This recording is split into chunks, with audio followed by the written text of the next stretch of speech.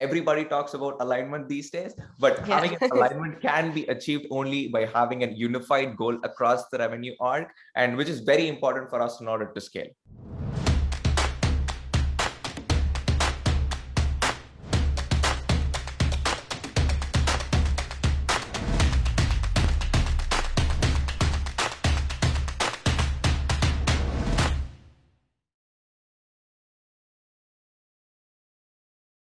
Hello, guys, and welcome to another episode. My name is Ellie Villason, and I'm joined here today with Naven. Naven is the Global Revenue Operations Manager for ChargeBees. How are you today? I'm doing good, Ellie. Pleasure to be here. And I'm so happy to have you here today. So, Naven, tell us who you are. Tell us a little bit more about yourself. Yeah. So I'm a son of a beautiful independent mom and a mechanical engineering by brain and revenue operations by profession.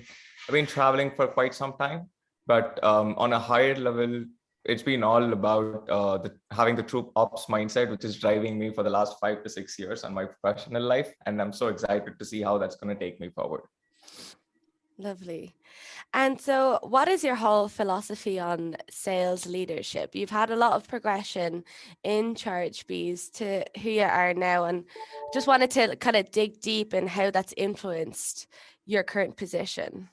Absolutely, right. That's a great question. So when I think about the philosophy around sales leadership, right, they need help. Okay. And they need help in terms of aligning the stakeholders together in order to make some crucial sales decisions, which is going to impact the sale. They need help in order to drive all the strategic projects. They need help in terms of measuring the performance of the reps. They need help in terms of driving the process adoption. They need help in terms of creating visibility of what's happening inside the sales ecosystem. So at the end of the day, they need help, right? But back then, it was assumed that it was a fundamental sales leader or a sales manager's responsibility in order to do everything, starting from the project creation to performance mapping to conducting an appraisal to the compensation calculation to everything, right? It was assumed that it was a sales manager or a sales leadership's responsibility. And back then, what we figured out is like they need help, where like let them do their job. At the end of the day, I just want them to close the deals and start hitting their quota. What can I do as an outsider, right? Because like ops is not something which was figured out, right? It was something which got created by itself. But from an outsider, when I start looking at the sales leadership, right, I can truly understand the pain that they're going through and the frustration and also the conversation which is revolving around, where a lot of conversations were revolving around the processes, optimizing certain things, having an alignment with marketing and product and so on and so forth, where I didn't see anybody talk about medpic. I didn't see anybody talk about the sales cycle or the win rate or like what's the competitor battle card that we need. And such a salesy conversations has actually started going down, and a lot of process related conversation have started going up. And that's the point where we figured out is like, hey, they need help. Can someone just come into the system and let them do their job?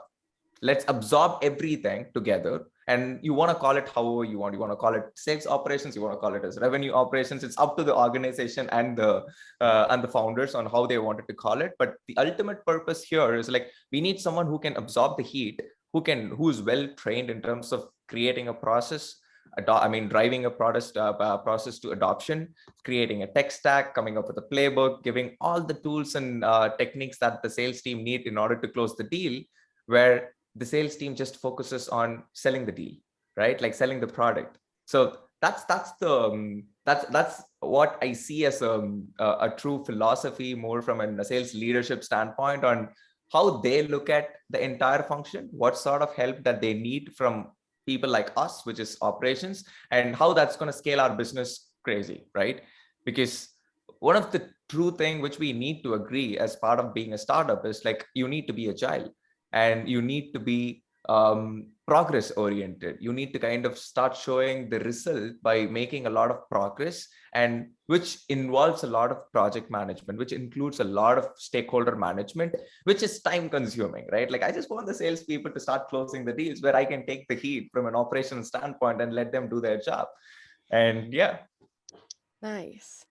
So, to kind of summarize then, like RevOps are there to kind of be doing the underground kind of work, building the foundations. So then the team higher up can focus on actually selling the products, right? Absolutely. Yeah, creating the ecosystem, right? Like creating an ecosystem where you set up the foundation, you put the top 5 people around that place, come up with all these coaches and mentors by training the first 5 people and make it scalable over a period of time.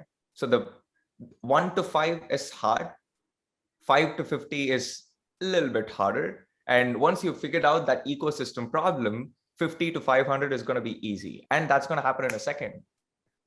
Right. And how do you manage that? How do you manage that scaling process? Yeah. So in terms of scaling, right? When you start identifying and differentiating the responsibilities between who's going to scale the organization and how we're going to scale the organization. Because when you think about scaling, one, we're going to scale in terms of revenue, right? Like imagine if you're going to take revenue of, if we wanted to go from 10 million to a 20 million, it's 2x, right? And at the same time, think about scaling of a headcount. Think about scaling from an ecosystem standpoint. Think about scaling from a tech stack standpoint. So scaling differs a lot.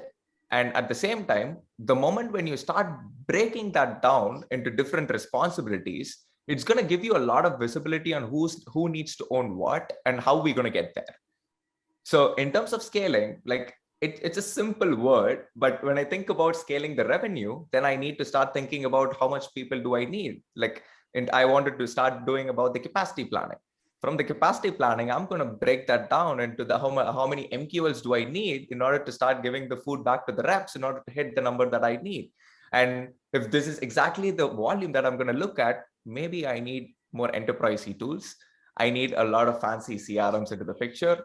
Like COVID is here, we need a lot of engagement tools into the system. And like when it happens, once we have a clarity in terms of how the ecosystem has been set up, once we have a clarity in terms of a clear expectations on what's been expected out of the system, and also once the goals are being clearly aligned, right? And it is also important to have a common goal in between, because when you think about rep org as a whole, right? Like marketing to sales to pre-sales to customer success to implementation, right? Like alignment, again, everybody talks about alignment these days, but having an alignment can be achieved only by having a unified goal across the revenue org, and which is very important for us in order to scale.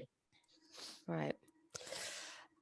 And so, yeah, so here we're talking a lot about strategy, and like when scaling, it's like one of the most fundamental things is to have a proper plan, because if you fail to prepare, you prepare to fail, right? Yeah. So every plan has a plan B. exactly, you always need a plan just in case. But I feel like in sales, sometimes we kind of miss that, because especially in startups, like we're so focused on growing that, you know, time is gold in sales, and we want to do things, we want to grow as quickly as possible. But sometimes we kind of run on autopilot, and we tend to forget that sometimes taking those few meetings a step back and really think about how you're going to move forward is like essential for a company's growth. So when you're driving these new strategic objectives in your company, what are the first 3 things that you do? From my side, right? Right. Yeah. Creating a process is easy, and having a true mindset and believing that every process is a work in progress is very much important. Okay, because people think that once we create a process, it's done and dusted and no one is going to change the process, and I just wanted to blindly going to follow the process, right? But the reality is every process is a work in progress, where like you're going to kickstart the process with 70% efficiency and start increasing the efficiency 5% every quarter. Because one, should I be agile, or should I be even more effective, where the system doesn't require you to create a 100% efficient process? Because at the end of the day, it's an experiment, right? So how are you going to start looking at the initiatives? How are you going to start looking at the strategies? What sort of process that you need and how you're going to get it done? because execution matters a lot. Strategy, thinking, ideation, no.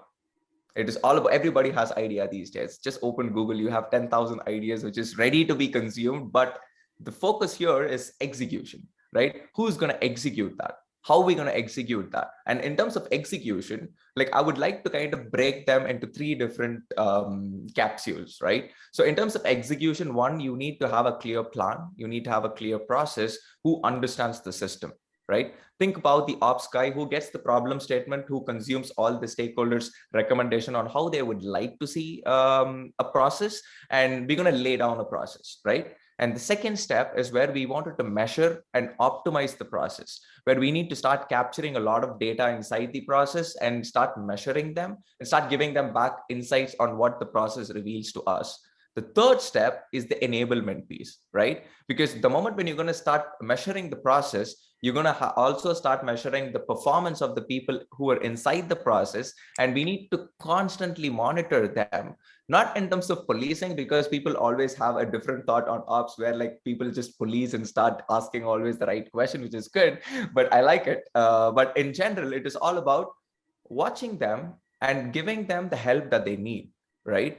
Think about it. If someone is actually facing a lot of problem in terms of closing a deal in a shorter period of time, where the sales cycle is pretty long for them, the win rate is really less for them, right? Someone has to take a step back and give them the tools and the techniques that they need and an effective coaching on them in order to make sure that they're reaching it. Because again, sales is not a rocket science. It's been like happening for a longer period of time. All you need is the right coach with the right technique who can help a rep in order to perform better. So that's going to happen from an enablement standpoint. So back to the topic of having those three capsules, which is very much crucial in order to drive an execution for any projects that you currently have, which is ops, insights, and enablement, right? So having these three capsules together and making it a flywheel, because like since I'm a mechanical engineer, my mind works that way, where when you think about it, like you have an ops piece, you have an insights piece who measures the process, you also have an enablement who always enables the process. It acts like a flywheel, right? Because it's never ending. The faster it rotates, the faster we scale. And when you think about it, execution is going to happen like that, because we constantly create process, we constantly monitor process, we constantly enable people who are inside the process. So over a period of time, the ecosystem and the process that you have created is going to become effective, because that's the true outcome of execution, the planning behind the execution. And it takes time.